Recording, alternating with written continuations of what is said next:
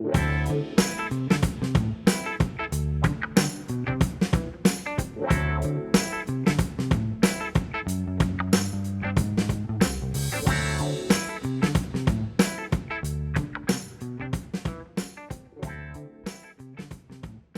lo escribió Matías Cremonte.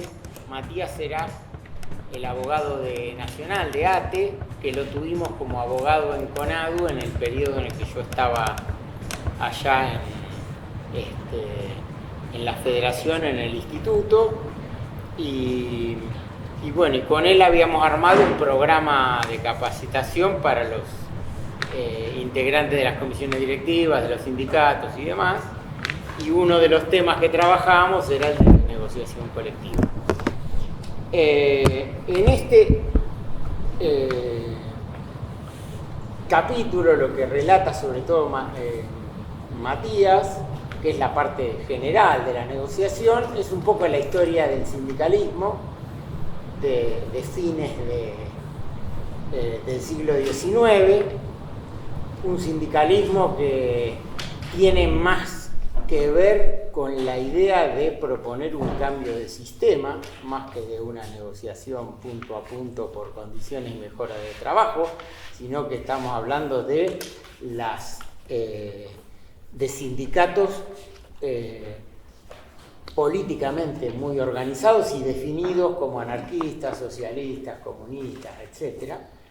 Y entonces lo que promueven básicamente, más allá de la defensa de su sector, es un cambio de sistema. Y eso empieza a tener avances y discusiones a principios del siglo XX,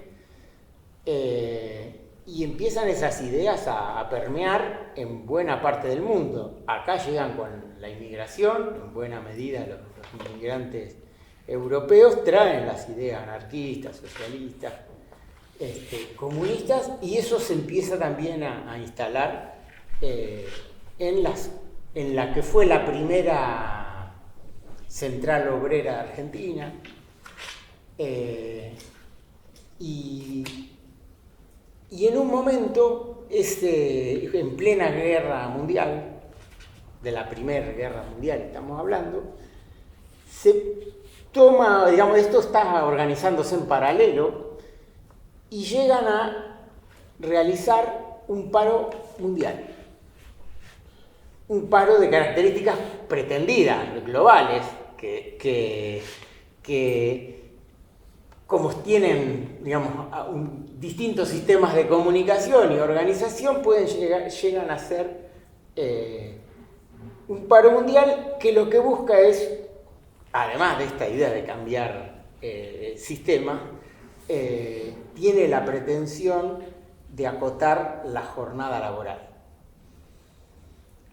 Y en ese momento aparece una mediación que encarna la Iglesia, el Papa, la Iglesia en general, y dicen, bueno, muchachos, no vamos a cambiar el sistema así nomás.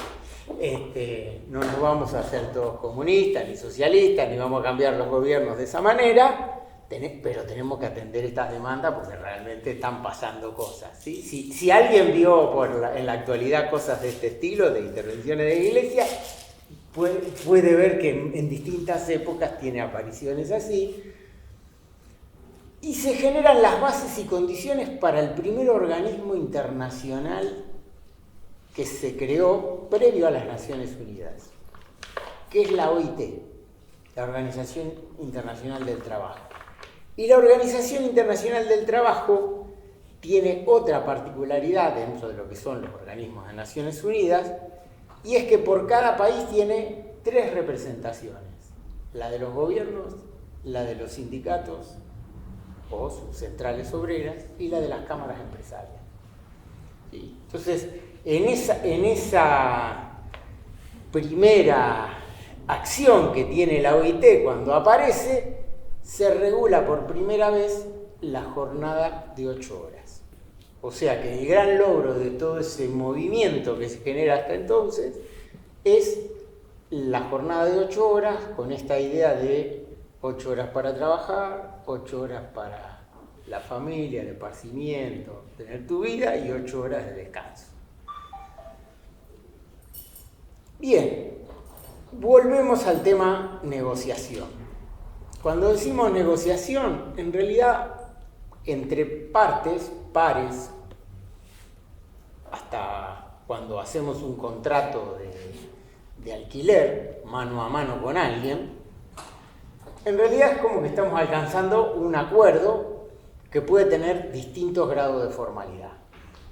Y ese grado de formalidad puede quedar escrito en algo que lo firmamos, nos lo creemos, nos llevamos una copia cada uno y decimos, listo, ya está, para mí con eso alcanza. El acuerdo puede ser de palabra incluso, para algunas cosas, y ya hay una negociación y hay una base de acuerdo entre dos partes. Pero la legislación argentina restringe la posibilidad de hacer ese tipo de acuerdos a determinado tipo de organizaciones y reconoce con el grado de legalidad correspondiente máximo aquellas que firman las entidades que tienen personería gremial. ¿Sí? Entonces, ¿quiénes tienen personería gremial? ¿Quiénes son los que pueden firmar realmente una paritaria que es reconocida con el grado de legalidad? Bueno, son entidades sindicales que se formaron en el marco de la Ley de Asociaciones Sindicales.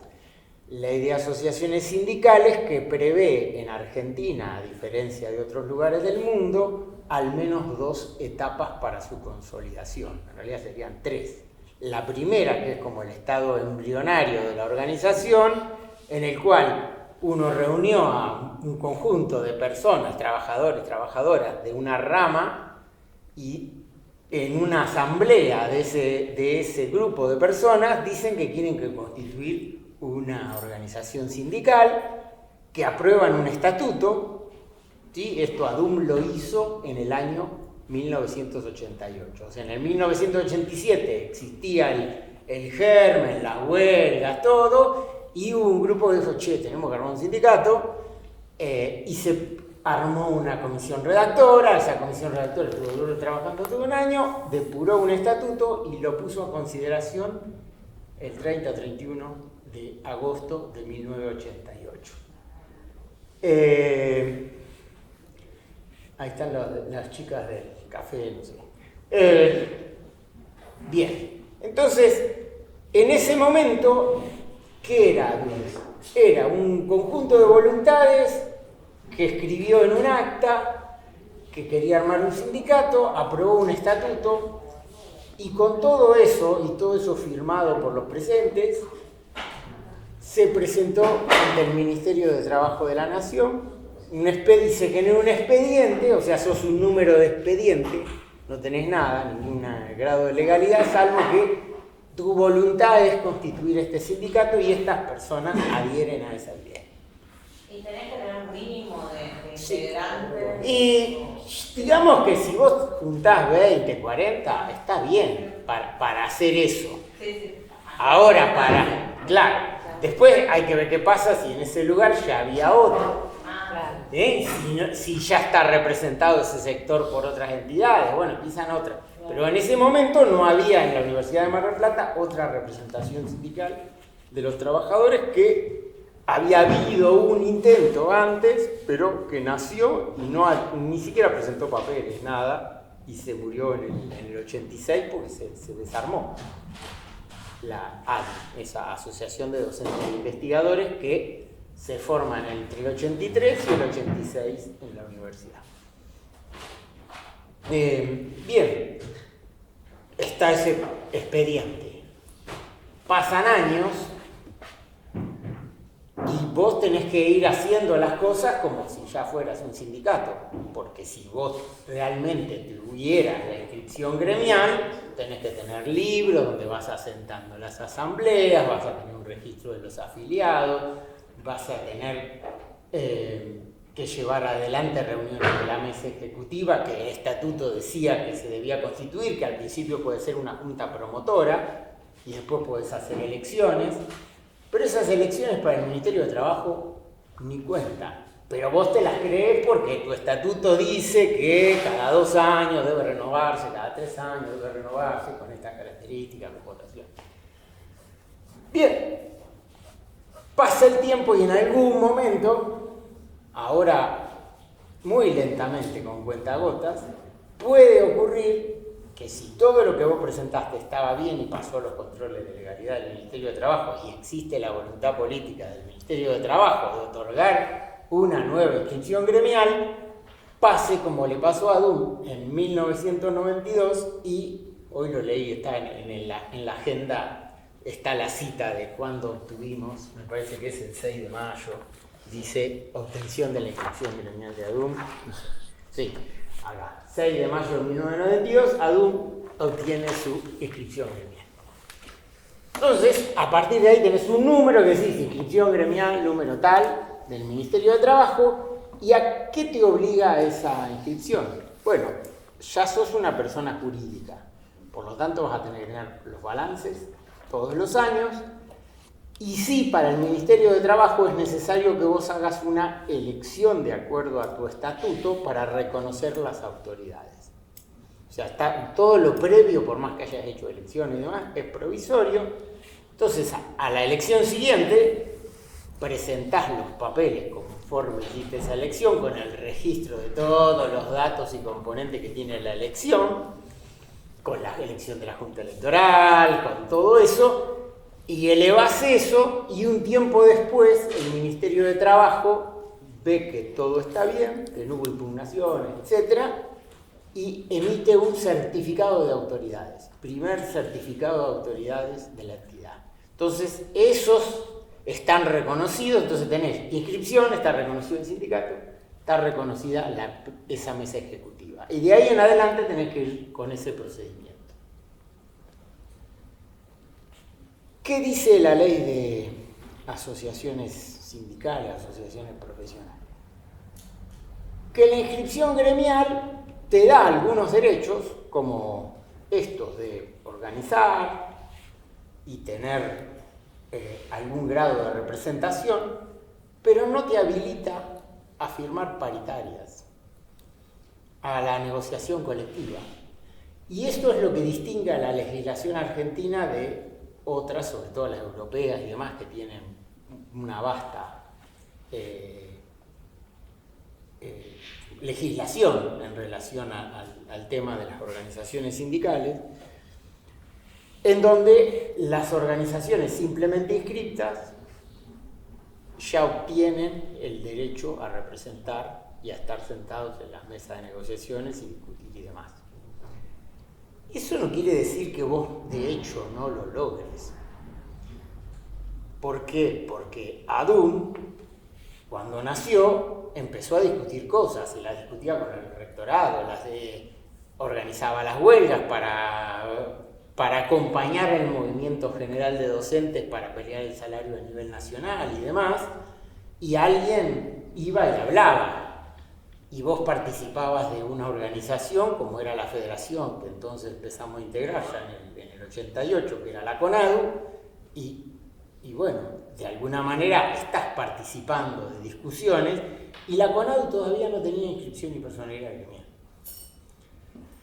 Pero de hecho, como no hay otro, te tenían que recibir, y había negociaciones con los ministerios, y bueno, a veces son definiciones políticas de quien está del otro lado del mostrador.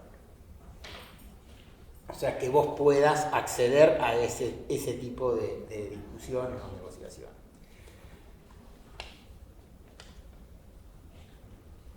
En realidad, la ley de asociaciones sindicales se reserva solo para aquellas organizaciones que alcanzan la personería gremial el derecho a representar a los trabajadores de un sector.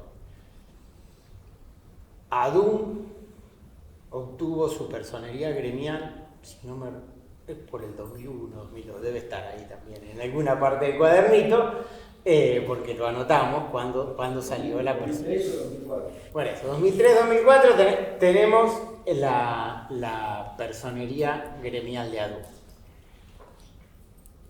para obtener la personería gremial de ADUM ya tiene otros requisitos la legislación, entre ellos el que tenés que reunir al menos durante 6 meses previo a presentar el pedido, tener afiliados a más del 20% de los trabajadores del sector que querés representar. O sea que si no tenés ese volumen, no podés aspirar a la personería.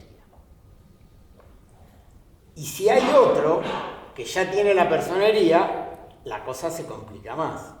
Porque cuando vos vas a presentarte, la legislación lo que prevé, en principio, es que haya uno solo por sector, una personería por sector.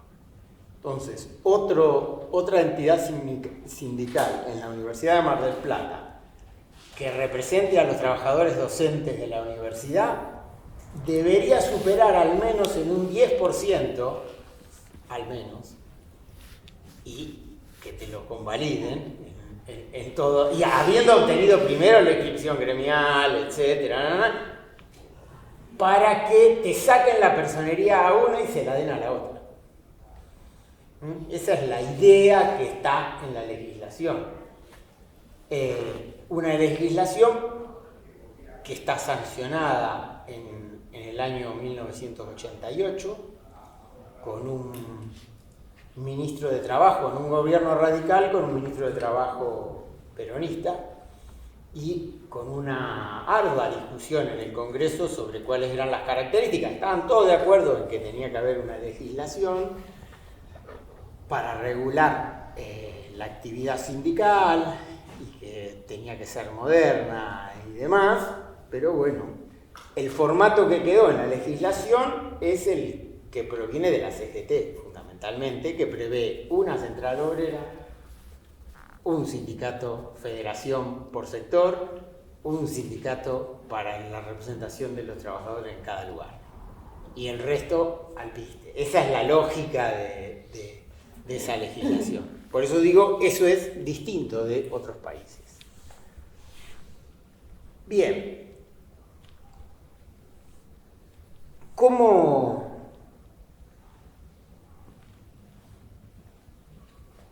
se reguló la actividad de los sindicatos en el mundo, pero en particular en América Latina y sobre todo en Argentina?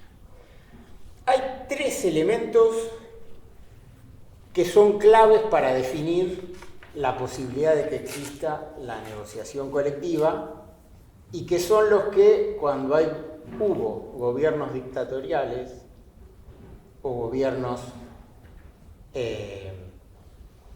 que no eran surgidos, digamos, ya sean gobiernos militares o no, pero no surgidos por el voto popular en Argentina, tendían a suprimir una o 3 cosas: el derecho de huelga, el derecho a organizarse, a tener una organización sindical, y el derecho a la negociación colectiva. Sobre la base de esos 3 derechos es como que es la clave de la posibilidad de que existan los sindicatos, de que puedan negociar y demás, porque si no tenés el derecho a la huelga, cuando vos discutís y no llegás a un acuerdo y vos creés que tenés razón, tenés que poder hacer la huelga para manifestar tu descontento o presionar. Y sobre todo en el ámbito privado, en donde el poder, digamos, la única manera de poder equiparar el poder del capital está en la organización de los trabajadores, en la reunión de toda esa fuerza colectiva en una organización y que esa organización resuelva representando a todos. Bien, entonces esas claves en la historia van y vienen en los distintos gobiernos, y la dictadura última, bueno, además de ir por los delegados de los sindicatos, ir por las representaciones de muchos de ellos, algunos los dejó funcionando o los intervino. Les puso a alguien a cargo que manejara los recursos, manejara un montón de cosas, hasta decidió en un momento, viendo que había una resistencia en Argentina de los trabajadores de seguir aferrados a los sindicatos que creían que los iban a defender a pesar del momento que se estaba viviendo, decidió que las afiliaciones a los sindicatos no valían más y que se tenían que reafiliar. Y hubo una respuesta masiva en plena dictadura de trabajadores que se reafiliaron a su sindicato y dijeron, no, yo quiero estar afiliado al sindicato. O sea, fue una pelea dentro de ese momento muy importante, que hay que rescatarla porque es un acto de valentía, decir, yo estoy ahí. Como lo fue algunos de los movimientos que hubo y la huelga del 82 u otros, o sea que en plena proscripción, en plena vigencia del estado, no sé si es estado de sitio o un estado de excepción, o qué sé yo, que no te podías reunir, o sea, estaba privado, no se podían juntar más de 4 personas en un lugar, etc. Bueno, hacer una movilización, una marcha, Plaza de Mayo y demás, con toda la represión que hubo, pero fue 2 días antes o 3 días antes de lo de Malvinas. Bien. Miro una hora.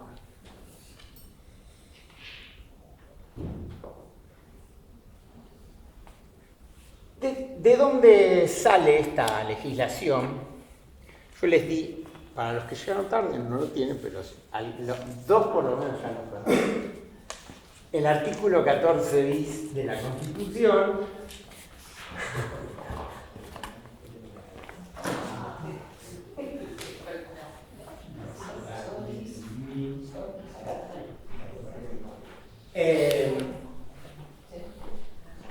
porque, digamos, ¿qué es, o digamos, qué interpreto yo después de haber mirado estas cosas como un extraño que se introduce en el mundo legal, un lego que ingresa en el mundo obligado por la circunstancia de tener que representar, discutir, presentar inscripciones gremiales, personerías de sindicatos de todo el país, seguir la nuestra, disputar con otras federaciones, etc. Bueno, llega un momento en que te tenés que empapar de las leyes, de todo, un poco. Y bueno, este artículo 14 bis es el de la Constitución del 57. Y es como un extracto condensado, purificado, no sé cómo decirlo, de la Constitución del 49, que es la que implementó el primer gobierno peronista. Entonces, esa Constitución se derogó con la Revolución Libertadora Fusiladora, pero ya estaban dadas las condiciones para que los derechos sociales que garantizaba esa otra Constitución tuvieran rango constitucional. O sea, no podían decir, no existe esto, no existen los sindicatos, no existen las representaciones, no existen los derechos sociales en general. Y entonces, la reforma esa, ¿qué hace? Cuela un 14 bis, un artículo entre medio de todos los otros, y de ahí muchas de las cosas que hoy podemos discutir, desde el derecho a la vivienda, el derecho al salario digno, el derecho a las organizaciones sindicales, el derecho de huelga. Estos derechos están enunciados ahí. Y en todo caso, las leyes que surgieron después están reglamentando ese artículo. El derecho a la jubilación. A un salario digno, que después sale la ley que regula el salario mínimo vital y móvil y dice que es un salario digno, aunque no se cumple, pero está. El salario mínimo actual no es vital, sobre todo. Móvil es porque cada tanto lo aumenta, pero no es vital porque no te permite vivir ese salario mínimo. pero esa ley determinaba cómo debía calcularse el salario mínimo para que fuera digno. Es del 73, la ley esa. Dice, no para nosotros, pero la participación en las ganancias de las empresas. Sí, eso por ejemplo lo que discutieron los del neumático hace unos años, hace 10 años más o menos. Los Entonces en una aceiteros, paritaria lograron que bancarios. tengo aumentos de sueldo, pero si la empresa pasa determinado rango de ganancias, yo tengo un porcentajito de eso que lo distribuyo entre los trabajadores. Eso tiene rango constitucional y en muy pocos lugares está De reglado. hecho, cobraron ahora justo hace 15 días Sí. unos cuantos más. Claro, o sea, la nueva conducción, que es más trosca de ese sindicato, está usufructuando lo que logró la anterior, que es el convenio por el cual participan de las ganancias de la empresa. Sí. Además acusaron en ese momento de entregadora porque ese acuerdo de participación se consiguió cediendo ante las empresas unas modificaciones que en el momento de crisis la empresa pedía. Los sindicatos aceptaron, el sindicato de la anterior gestión aceptó esa exigencia de la empresa bajo la condición de pactar esto. Claro, después se mejoró la situación. Se mejoró la situación, la empresa tuvo ganancia y... se la llevaba a la entregadora. Bueno, así está. Bueno, entonces es así. Entonces hay muy pocos casos contados, yo creo que ahora hubo uno o dos más, hace poco, de acuerdos paritarios en los cuales se incluye la posibilidad. Una cosita, perdón, no. Antes de las privatizaciones, las empresas del Estado tenían algo parecido, que era lo que se llamaba bonificación, que los trabajadores del Estado, etcétera, cobraban, además del aguinaldo, una vez al año, una bonificación que tenía que ver con la ganancia que había tenido la empresa del Estado. Todas las empresas del Estado cobraban, los trabajadores tenían participación en la ganancia. Bien. Se terminó con la privatización. Bien. Entonces, al reglamentarse este artículo de la ley en relación a lo que es, bueno, vamos a garantizar la existencia de sindicatos, y vamos a garantizar la negociación colectiva y el derecho de huelga, está en esta ley de asociaciones sindicales, asociaciones profesionales, con estas características que le digo, que va un escalón sin primer escalón con la inscripción gremial y otro con la personería, reglamentada la posibilidad de representar a los trabajadores. Ahora bien, los trabajadores privados, desde por lo menos la década del 40, 50, ya se entendía que podían tener sus sindicatos, sus representaciones y además negociar colectivamente condiciones de trabajo, salarios, etc. Sin embargo, pasó mucho tiempo para que los trabajadores del Estado tuvieran esas mismas características y tuvieran ese mismo reconocimiento. En ese librito que les di, están, digamos, tiene dos artículos,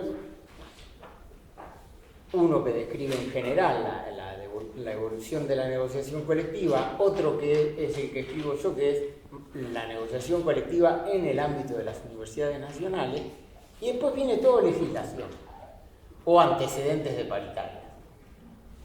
Y están todas las recomendaciones y los convenios que sacó la OIT para empezar a decir desde más o menos el año 1978 en adelante, hay varias resoluciones, algunas de las cuales los gobiernos de los países deben adherir para tomarlas y hacerlas propias como legislación propia, que dicen que los trabajadores del Estado también podrían y hasta sería deseable que negociaran colectivamente. Entonces, Argentina no tenía una legislación clara en relación a la posibilidad de que los trabajadores del Estado tuvieran negociación colectiva, y las dos primeras leyes, que también están ahí en el librito, datan de 1991, que es la regulación de la negociación colectiva de los docentes a nivel nacional, ¿sí? Es como que la paritaria nacional docente nace con eso.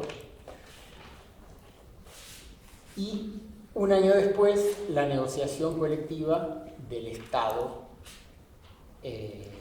nacional. Y si mal no recuerdo, el día que festejaste es ese, ¿no? El 27 de junio es el día de la sanción de esta ley que la promueve Germán Abdala, entre otros, que era diputado en ese momento. Entonces, a partir de ahí, los estatales en sus distintos sectores, subsectores y demás, tienen una regulación que dice, bueno, esta es la manera en la que se va a negociar colectivamente en el Estado Nacional, los docentes nacionales tienen eso.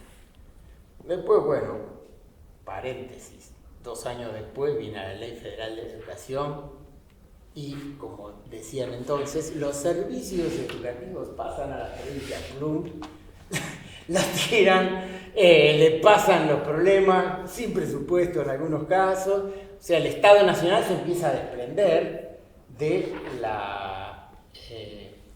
la negociación con esos sectores docentes que acababa de regular que podían negociar colectivamente. Y empiezan a pensar qué hacemos con las universidades.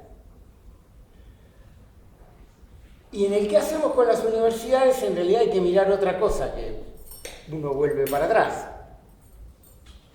Hasta, digamos, desde la ley Avellaneda, que es la primera que existe como ley universitaria, es de 1884, tiene 4 artículos, dice hagan, más o menos. Sean autónomos, hagan. Y no mucho más. Existan, sean autónomos, hagan, en un momento que había, creo que 3 universidades. Cuando sale la ley Avellaneda, cuando está la reforma universitaria, en el 18 ya había 4 universidades. O sea, las primeras son Córdoba, Buenos Aires y La Plata, más o menos de por ahí. Por la ley Avellaneda me parece que es después. Está por ahí.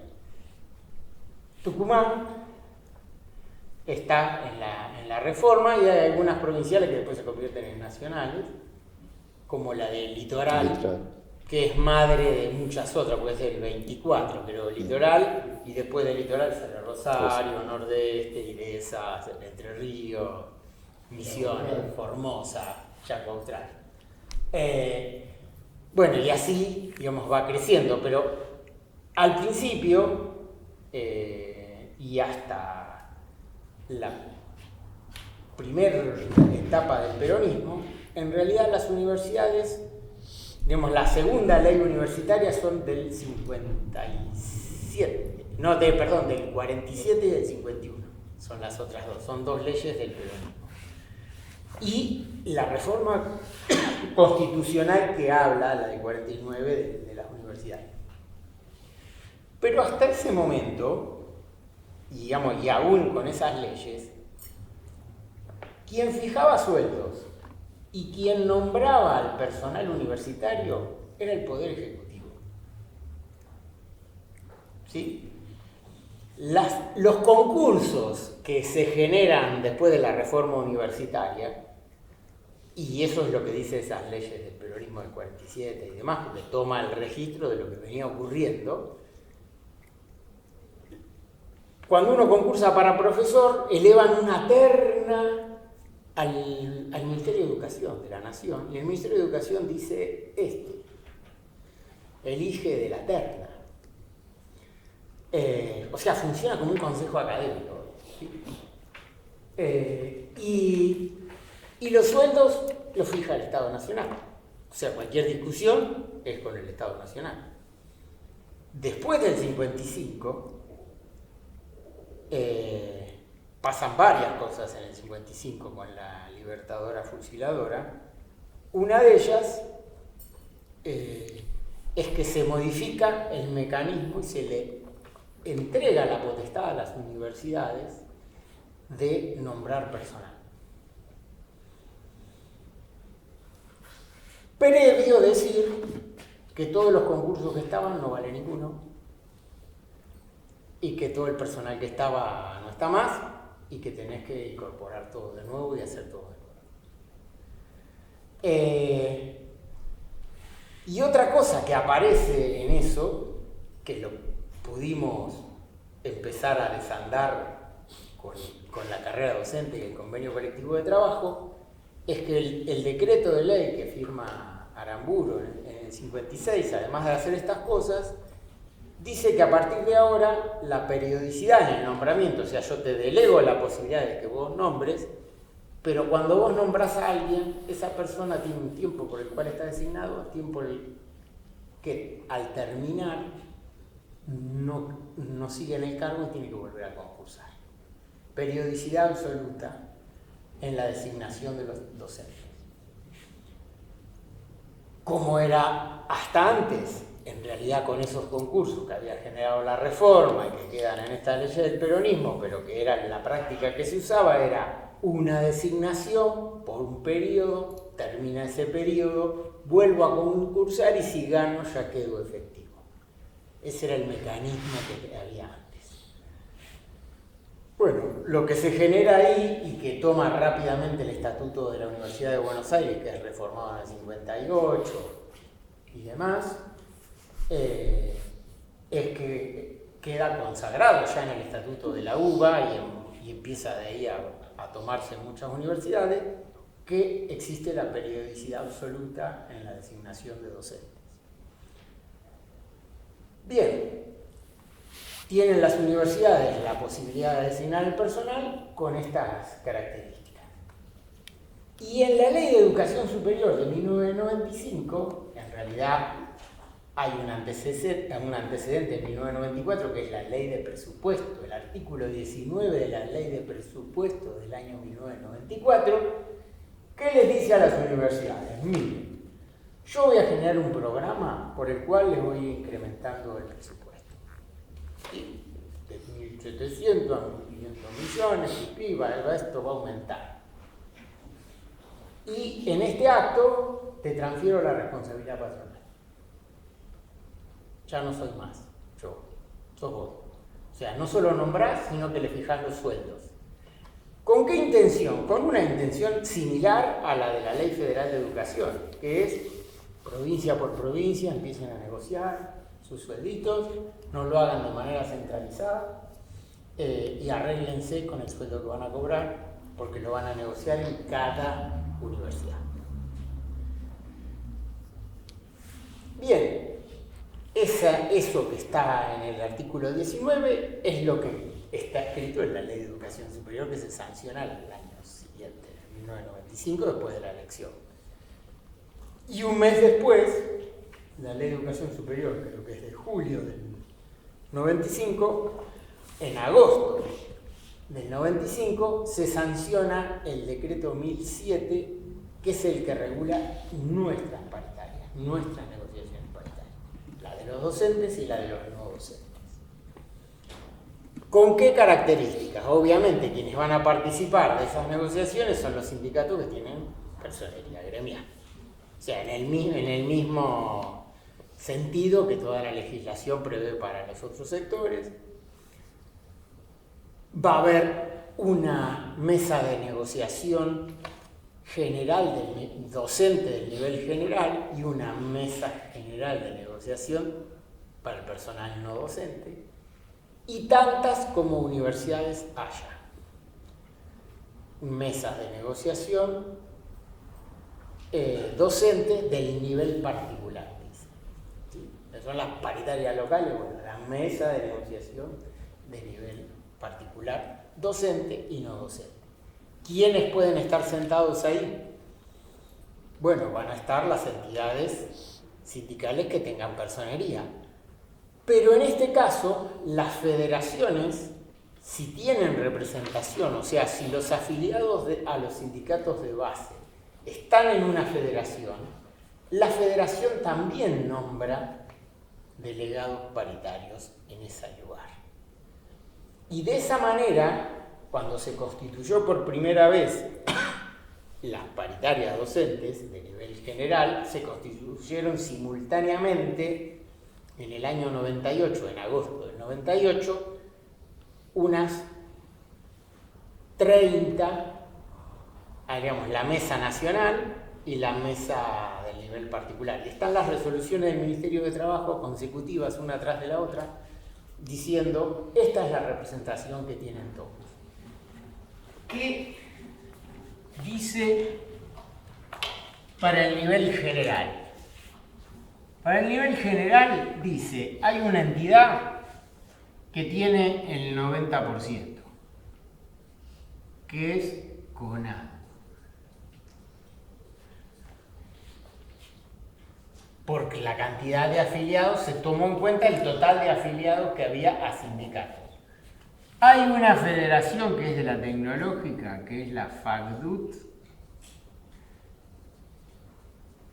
que tiene el 7,5%. Y la UDA, que es un sindicato que viene en picada, Unión de Docentes Argentinos, viene en picada desde la década del 80 en adelante, tiene el 2,5% de la representación. ¿Para qué sirve esto? De un lado, de la representación de los trabajadores, tengo esto. Y del otro lado, ¿a quién tengo? Al CIN, según el Consejo de Rectores. O sea, el 100% de la representación patronal, empleadora, o como le quieran llamar, la tiene el CIN. Y el 100% de este lado está distribuido de esa manera. Para que un acuerdo valga, primero se los tienen que invitar a todos. Todos dicen lo que quieren decir, pero cuando se firma algo, lo importante es reunir a más del 50% de cada lado. Sobre todo en aquellos lugares donde hay varias cámaras empresarias, ¿sí? Que no es la regulación esta que tenemos para las universidades, sino que de este lado hay por ahí 4 o 5 cámaras empresarias que reúnen ese 100%. Y lo importante es que hay algunas que son más grandes, otras más chicas, y que de alguna manera se tiene que medir para la patronal también cuándo vale un acuerdo. Bien, a su vez, esto es, en las paritarias del nivel particular, es el rectorado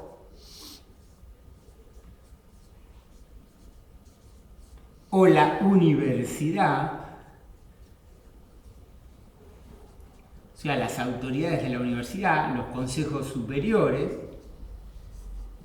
los que pueden tener representación.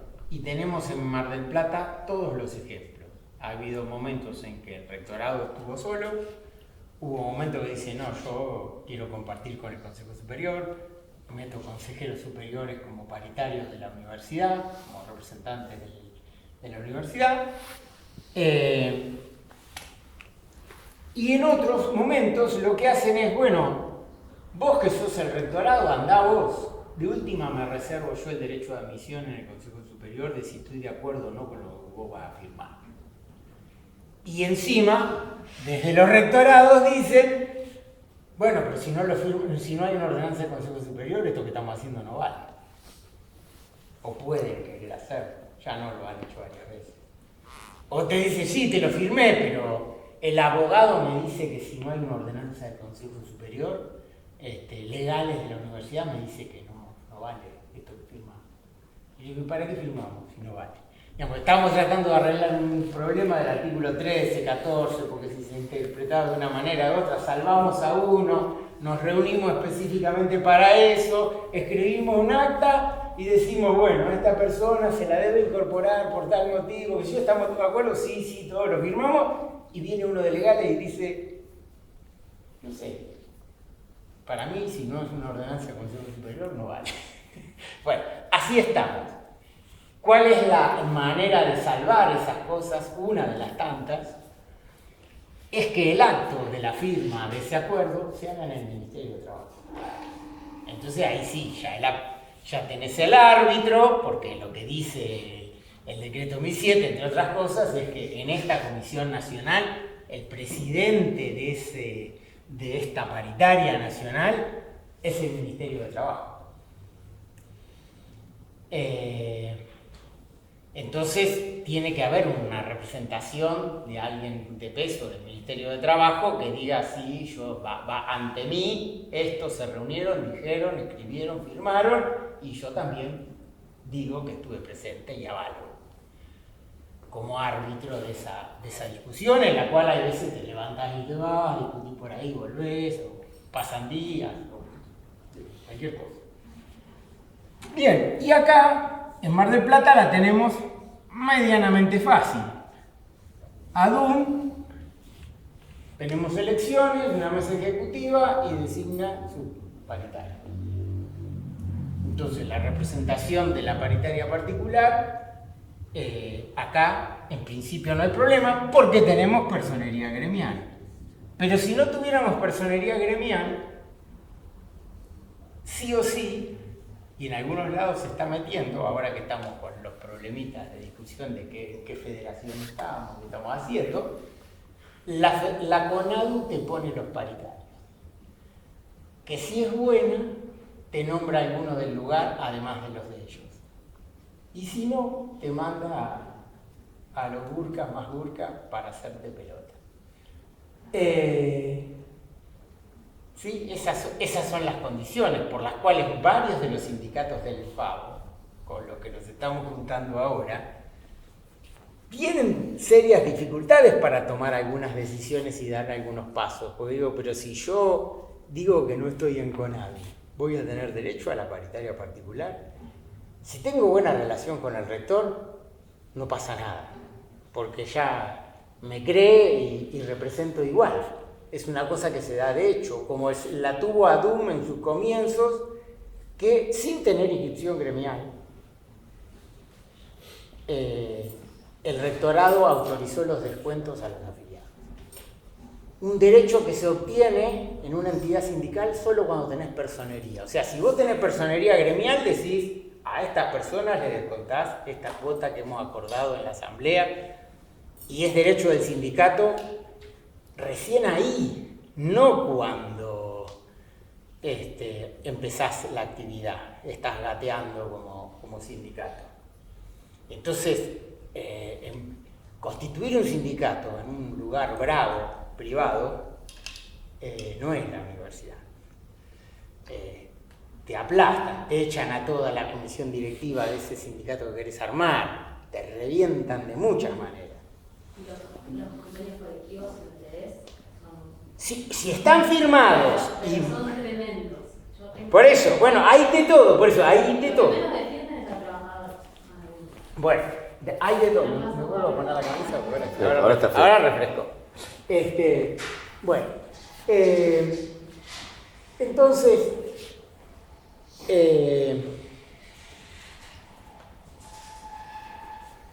esto que tenemos nosotros por tener personería gremial, podría estar la federación acá en la misma mesa, tiene derecho a estar acá, pero su voz no aporta, porque los afiliados que tiene la federación son los que tenemos nosotros.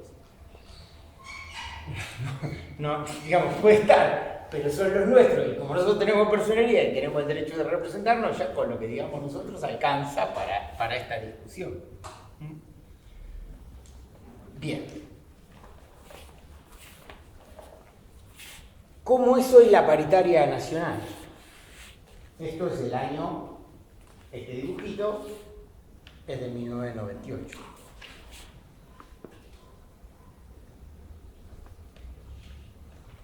En 1998, y la tienen en ese librito, se firma el primer acuerdo paritario en el marco de la negociación colectiva regulada por el decreto 1007/95. Ese acuerdo es como un mini convenio colectivo de trabajo, tiene unos 8 artículos, ahí se dice lo mismo que hoy dice el convenio colectivo de trabajo, que es un profesor titular, asociado, adjunto y los auxiliares, el régimen de incompatibilidades, como máximo 50 horas, que tenemos derecho a tener capacitación docente gratuita en el marco del artículo 36 de la Ley de Educación Superior, que usamos para después tener programas de capacitación docente. Y se distribuye, se habla del futuro, un futuro teórico, que después no se pone en práctica, porque esa ley de presupuesto, la de 1998, lo que decía es, con la lógica de la ley de educación superior, vos discutís dentro del presupuesto que existe, no de un presupuesto que no está aprobado por ley. Entonces yo te pongo 65 millones en el presupuesto para que 15 millones y 50 sean discutidos entre el personal docente y no docente en el marco de esta paritaria. O sea, le pongo un combustible mínimo que para nosotros representó el 7% de la masa salarial, o sea, es como tener un aumento del 7%, que en toda la década del 90 no tuvimos otra negociación por salario que esa. Sí hubo aumentos en el 92 por decreto, previo a esto, pero no hubo otra negociación. Y es el 7%. Fíjense que ahora estamos discutiendo cuotas del 16, del 7, así. Bueno. Obviamente la inflación no era la misma, pero realmente era poco. Pero esa ley de presupuesto, así como en el 94 les había prometido el oro y el moro para transferir la responsabilidad patronal a las universidades, decía que era el primer paso de un plan plurianual.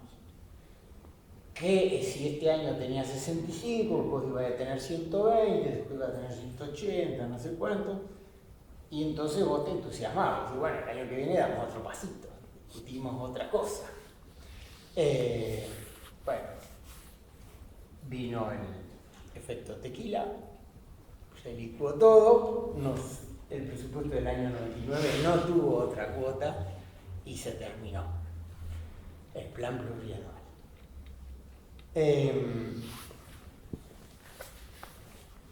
Bien, ¿cómo es hoy? Hoy esto se distribuye en 6.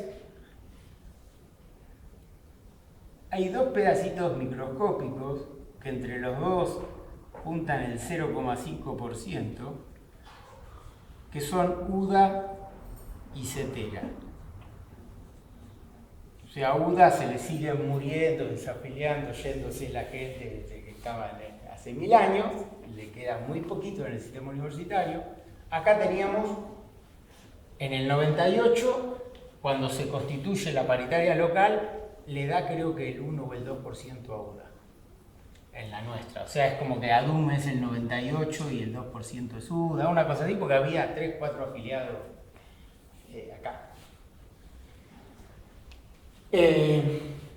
Bueno, entonces, estos dos juntan muy poquitos afiliados, los de CETERA están en el Colegio Nacional Buenos Aires, en el Pellegrini, sobre todo. Después viene la FACDUC, que sigue existiendo, el Sindicato de la Tecnológica, que es como una federación, pero no lo es.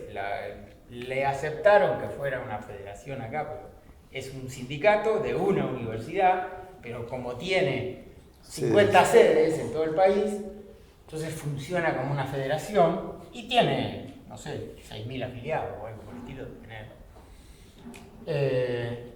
Y creo que anda más o menos en el mismo porcentaje, vamos a ponerle el 8, por ahí. Ha llegado a tener el 12 en algún momento. Después viene la FEDUN, que tiene más un 20% a 22%.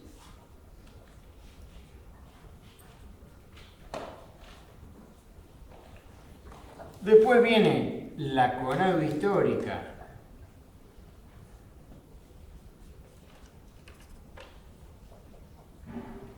que tiene un 35%, y la CONADU, que tiene más o menos un 40%.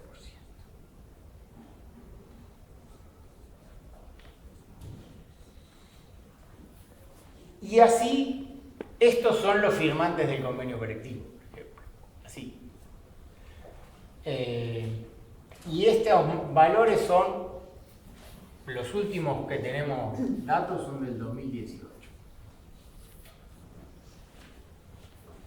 ¿Cuándo se conoce exactamente qué tiene de afiliados cada sindicato y demás? Cuando se firma una paritaria y la firman todos. Como Conadu Histórica suele no firmar. El resto se las ingenia para decir, bueno, repartimos la cuota solidaria que aparece en cada firma de acuerdo salarial, que es el 1% de la masa salarial negociada, incluyendo este pedazo, entre los otros. Y no hagamos lío. Ya está. Con eso nos arreglamos. Nos venimos arreglando y repetimos todos los años lo mismo, desde el 2018 para acá, ¿para qué lo vamos a cambiar? Necesitamos que haya datos fehacientes de hoy, porque no sabemos exactamente el estado de situación de cada sindicato, cuántos afiliados tienen. O sea, yo tengo esos datos, están en ese cuadernito que armé que dice, se llama Ideas, ¿cómo era? Reflexiones sobre la idea de Conadu o algo por el estilo. En realidad lo que miro es, bueno, la Conadu en realidad en un momento era todo esto. O sea, esto se convirtió en esto. Está fragmentado así. Estos estaban. Bueno, Cetera estaba y no entró acá, pero apareció después porque era una manera más de tener un sellito más en la paritaria, pero nunca tuvo una representación importante. Y uno de los sindicatos que tenía Cetera, que era el de San Juan, se convirtió en sindicato de Conadu y desapareció como de Cetera. Perdón la ignorancia, Sí. esta parte la desconozco, que es esa división que hubo entre Conadu y Conadu Histórica, y Bien. esa FEDUM que también se Bien, bueno, entonces desagregó. les cuento la historia. Lo conté en una de las clases cuando vimos algo de esto.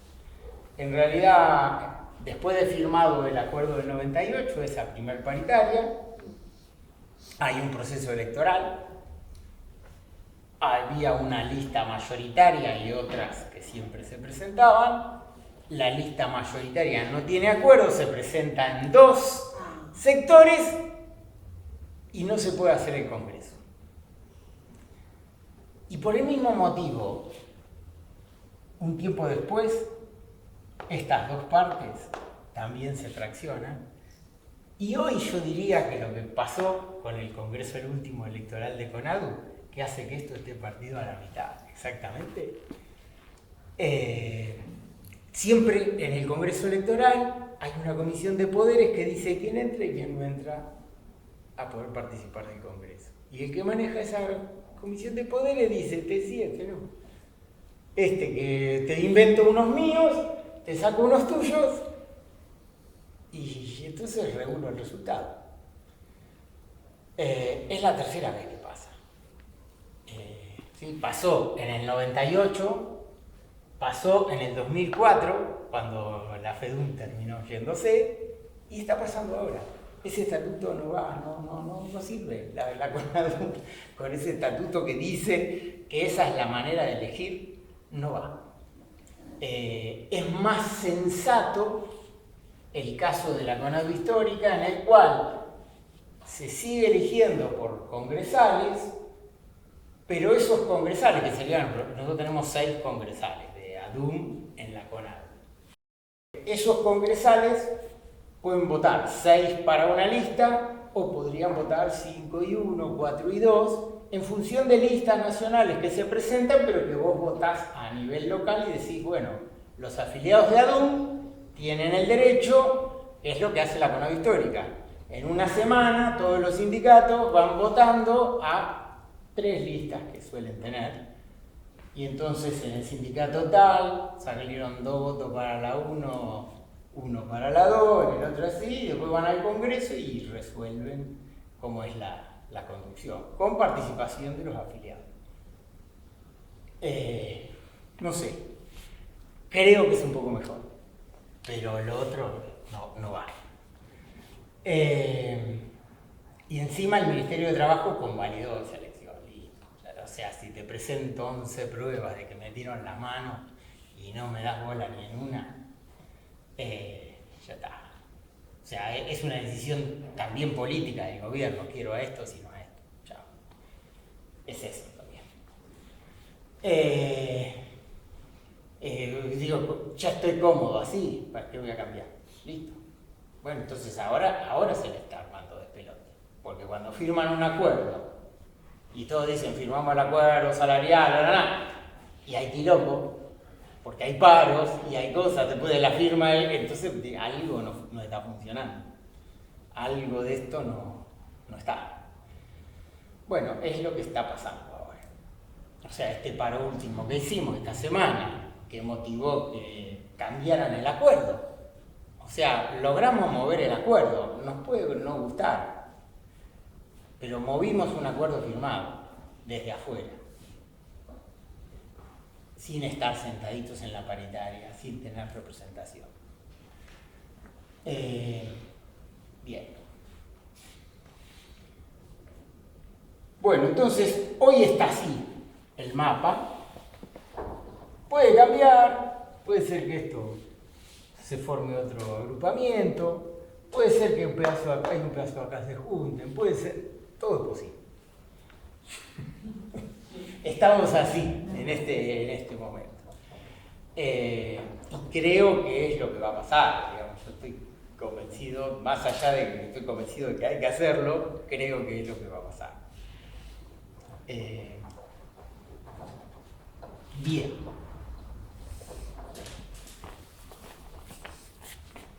¿Qué más?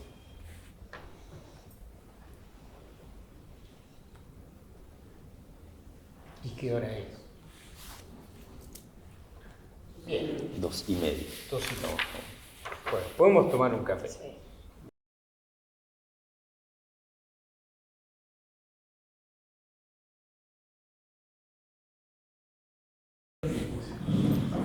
Repasando.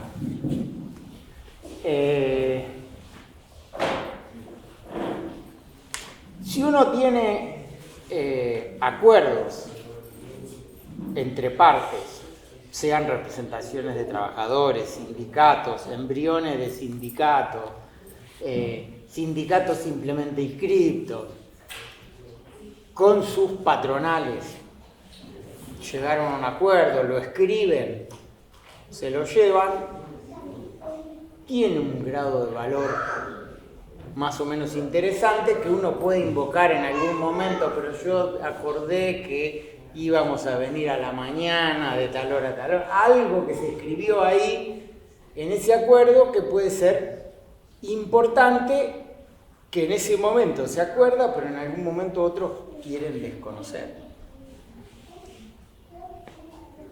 Para la legislación argentina, la clave es que ese acuerdo se firme entre quienes tienen la potestad y habilita la ley para llevar adelante esos acuerdos, le hace sindicatos con personería gremial, y la representación patronal, empleadora, legalmente reconocida, y que ese acuerdo o bien se haga en el Ministerio de Trabajo, que en nuestro caso es la Nación, Ministerio de Trabajo de la Nación, porque somos trabajadores nacionales,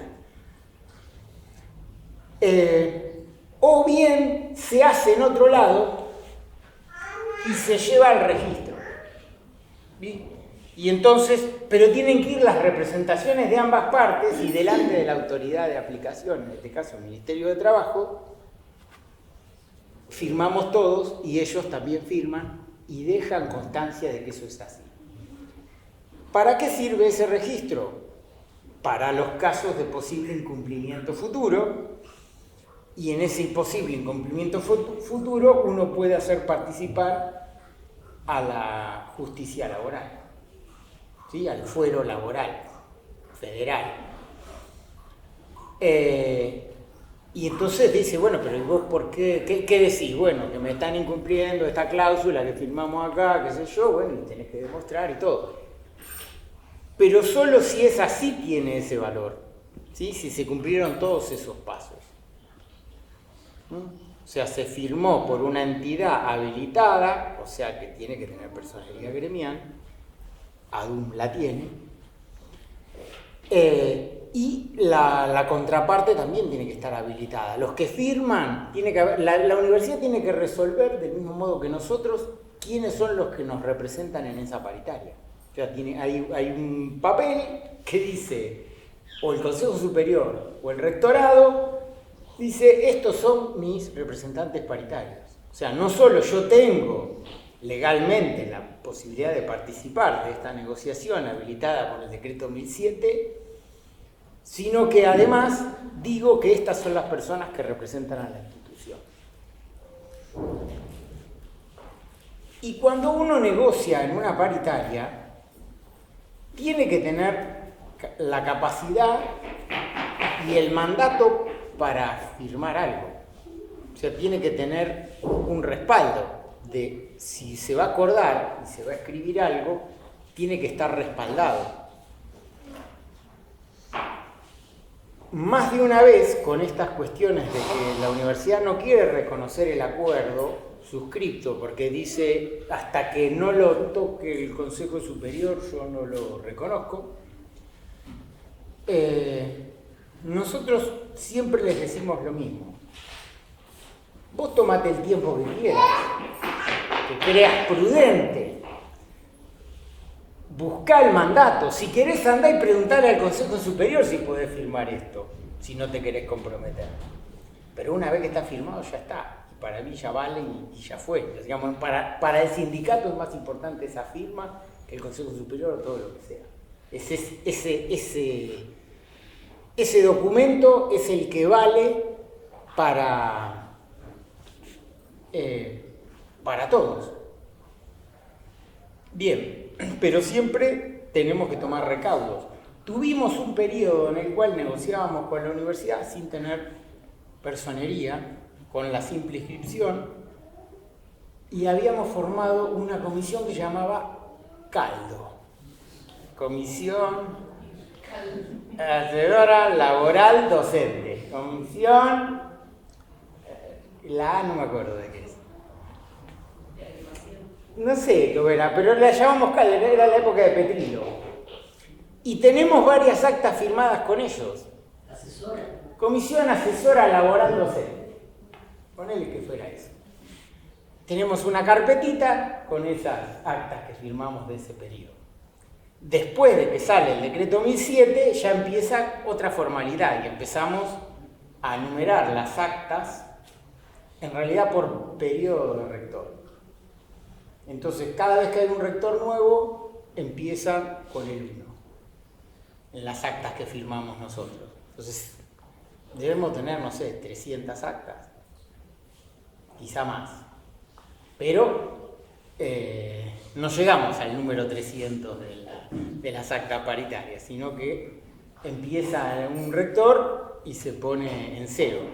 Y tratamos, cosas que últimamente no hemos hecho, y miro a uno de los que podría estar implicados en esta decisión, de juntar, antes de que se vaya el rector, digamos, en este caso coincide el anterior con el actual, o sea que tenemos una pequeña ventaja, ir y decir, bueno, todas las que no están registradas en el Ministerio de Trabajo, vamos, hacemos una nota y decimos, traemos para la registración las actas 3, 4, 5, 6, 7, que se adjuntan, son como 30, 40, y vamos y nos citan un día y van las partes al Ministerio de Trabajo y dicen, sí, esto que está acá es lo... Queda homologado. Y en realidad lo que te dan en ese caso, porque ahora voy a ver al caso del convenio colectivo, los pasos que hay que cumplir. En ese caso lo que te otorga el Ministerio de Trabajo, un tiempo después, es sus actas se han registrado con el número 328/P. Y entonces vos decís, listo, esto ya quedó, el Ministerio tomó conocimiento y las registró en algún lado. Lo que dice el decreto 1007 es una locura, pero lo dice. Y nos distingue mucho, del mismo modo que otros sectores de los estatales, que están regulados por esas leyes del 91, 92,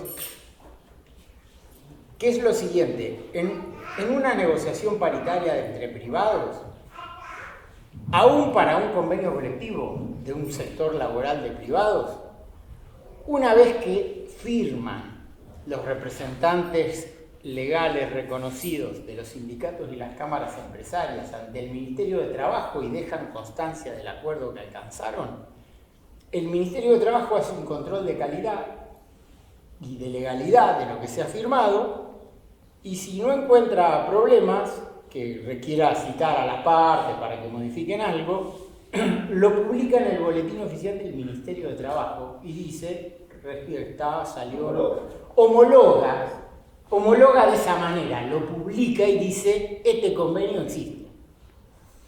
Y ya está. Y ese convenio es ley. Que eso es lo loco. Los convenios colectivos son leyes que se generan por fuera del Congreso Nacional. Eso es clave. En el caso de los trabajadores del Estado, incluyendo nosotros, y eso lo dice el decreto 1007, no solo te tenés que poner de acuerdo con un texto, llevárselo al Ministerio de Trabajo, firmarlo delante de él que preside la comisión que lo hace y demás, sino que después tiene un control en distintos ministerios. Distintos ministerios analizan, entre ellos economía, si hay sobre todo cuestiones económicas involucradas en el acuerdo, que tienen que ver con adicionales, con lo que sea, jefatura de gabinete y otras áreas del gobierno, el Ministerio de Educación en nuestro caso, además del de Trabajo, y todos opinan. Y ese fue el recorrido que hizo nuestro convenio colectivo de trabajo entre el 16 de abril del 2014 hasta el 1 de julio de 2015, que cumplió ahí sí el requisito que establece nuestro decreto 1007, que es que debe ser publicado como decreto presidencial. O sea, no alcanza con que el Ministerio de Trabajo lo publique, sino que tiene que hacer todo ese circuito y tiene que salir como decreto presidencial. O sea, es más engorroso. Por eso es, digamos, el mérito de tener ese convenio colectivo de trabajo es mayor, además por eso, porque en un momento nos dijeron, el artículo 42, así como está, no va. Era el artículo con el cual nosotros pensábamos incrementar 5% durante 5 años, tener un 25%, el programa de jerarquización docente que habíamos inventado, que lo habíamos acordado con los rectores, lo habíamos acordado con el ministro de Trabajo, con el Ministerio de Educación, y en el control de calidad dijeron, no, así no. Y tuvimos que cambiar la redacción. Un año después nos llamaron y dijeron, no, así no, bueno, buscamos una redacción que es abierta de interpretación, no hay 5% por año. No, dice, va a haber un programa de jerarquización. ¿Y quién fue tan puntilloso de leer hasta eso? Leyeron todo. ¿Por qué? Porque si nosotros estábamos avanzando en una parte de la legislación, en las licencias que generaban inconvenientes en otros lados, también te las leyeron. Nos leyeron hasta el detalle.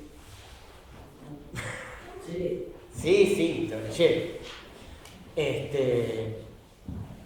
Bueno, entonces, eso no lo hacemos a nivel local. O sea, el acta paritaria local no llegamos a ese extremo. Pero un acuerdo del tipo, un convenio colectivo, por ejemplo, las actas paritarias que se están firmando, y me falta una cosa más, y las actas que se están firmando ahora, por ejemplo, de los acuerdos salariales, no siguen este circuito. Nacen y mueren ahí. El Ministerio de Educación, el CIL, los representantes sindicales, y ya está. Pueden invitar a algún ministro, a veces se saca una foto un ministro de Trabajo, una ministra de Trabajo, algún ministro de Economía que podría querer, porque, no sé, entregué algo de mi ministerio, una partecita, que me saca un lagrimón y quiero figurar en la foto, pero no es obligación que estén en un acuerdo que solo sea un acuerdo salarial. Y por último, digo, la pretensión que hubo con ese artículo 19 de la Ley de Presupuesto del 94, que después se trasladó a la Ley de Educación Superior, de convertir al sistema universitario en un sistema fragmentado en el cual discutiéramos cada uno nuestras condiciones de trabajo y salarios en cada universidad, disputando el presupuesto de la universidad, ¿qué es lo que dice la ley? Nosotros logramos que no se cumpla. Y así como en el día de ayer, en el acuerdo paritario, estuvo el Ministerio de Educación sentado, hemos logrado desde entonces hasta ahora que cada vez que discutimos salarios esté el Ministerio de Educación y sea el Ejecutivo el que pone plata por fuera del presupuesto que está acordado por ley para todas las universidades del año. Eso es muy importante. Nosotros estamos, cada vez que firmamos un acuerdo salarial, violentando a favor de los trabajadores lo que dice la legislación. La legislación pretende generar tantos salarios y condiciones de trabajo como universidades existan. ¿Sí? Lo dice la Ley de Educación Superior cuando le transfirió la responsabilidad patronal a las universidades nacionales.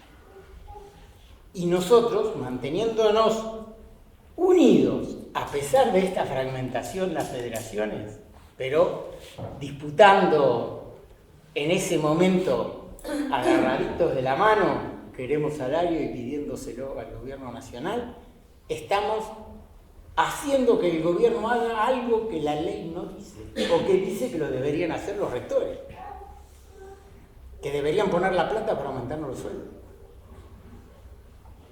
Y eso no hay que perderlo de vista porque tiene que seguir así. Bien. Termina.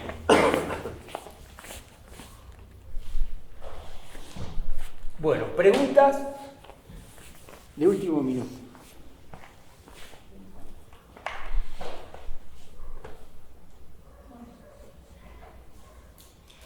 Sí, eso que decís que fueron todos en la misma.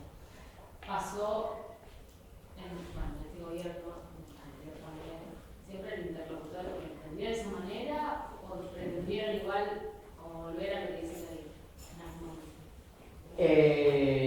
No, hubo algunos momentos donde existió un principio de amenaza, al menos de decir, bueno, discutí con la universidad, sí, existió, pero nunca pudieron. O sea, nosotros nos las ingeniamos. ¿Cuándo ocurrió en esta universidad la pelea de sueldos de ADUM con presupuesto de la Universidad de Mar del Plata? Año 2002-2013. Lo que siempre les menciono que está como cicatriz en el recibo de sueldo, que dice OCS 1430/03. ¿Sí? Viene un componente salarial que viene de esa época. ¿Por qué está eso?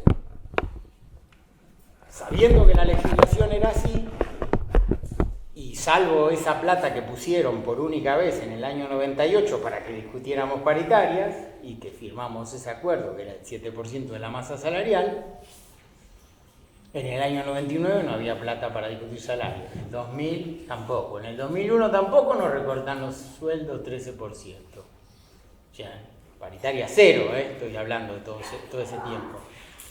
Y encima 13% te saco de todos los sueldos. Bueno, ahí dimos una pelea y dijimos, che, universidad, no nos descuentes. No podemos hacer otra cosa, a mí me descontaron, ¿eh? Vota en el Consejo Superior 14-13, está bien que se recorten los sueldos. Bueno, vivíamos en estado de asamblea permanente, movilizaciones permanentes, y esas asambleas de ADUM resolvieron que teníamos que litigar contra la universidad.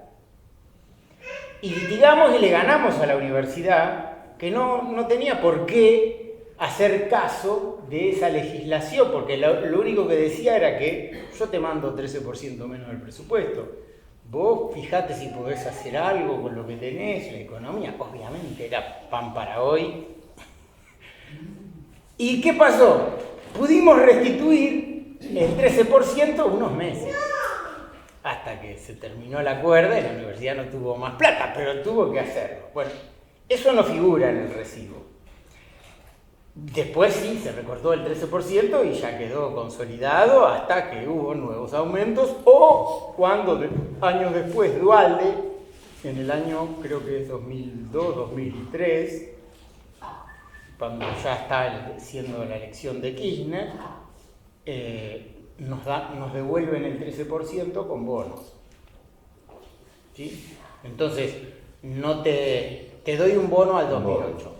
¿Sí? Los Bodén 2008. Entonces, si te desconté, suponete, calculá los 13% acumulados de 2 años y pico, te lo devuelvo con bonos.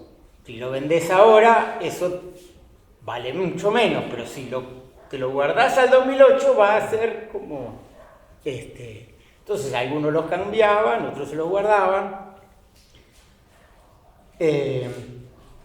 Pero bueno, seguían los presupuestos 2001, 2002, 2003, sí hubo un aumento de presupuesto, pero no venía para salario. Y nosotros les decíamos a los rectores, ¿y cuándo vamos a discutir salario? No, bueno, pero esto es para funcionamiento. Los no docentes ya habían empezado algunas peleitas un año o dos antes. Y en ese momento acordamos entre los sindicatos de la federación, bueno, el que agarra, agarra, el que puede, puede.